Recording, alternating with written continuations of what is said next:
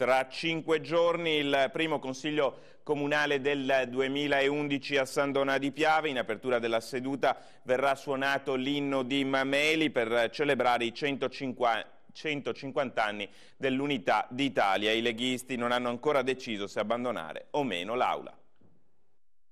L'inno di Mameli.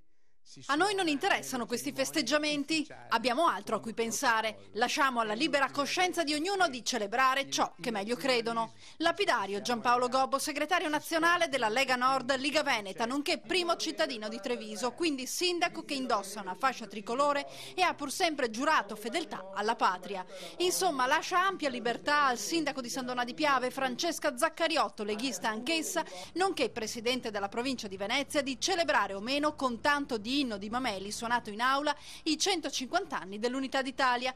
La decisione che a partire da febbraio e per tutto il 2011 si suoni in apertura di Consiglio Comunale era stata presa con una delibera di giunta fortemente voluta dal PDL presente in maggioranza. E qui iniziano gli scontri. È stata finalmente decisa la data del primo Consiglio Comunale che apre le celebrazioni tricolori il 17 febbraio. Ma alla prima uscita Francesca Zaccariotto non ci sarà. Da tempo mi ero presa una pausa dal lavoro, spiega il primo cittadino sandonatese. Se dovesse essere suonato l'inno di Mameli in aula consiliare, la maggioranza leghista ha promesso di uscire dall'aula stessa. Dovrebbe seguirla il PDL, ma per protesta contro la Lega, partito con il quale invece si trova seduto fianco a fianco in giunta.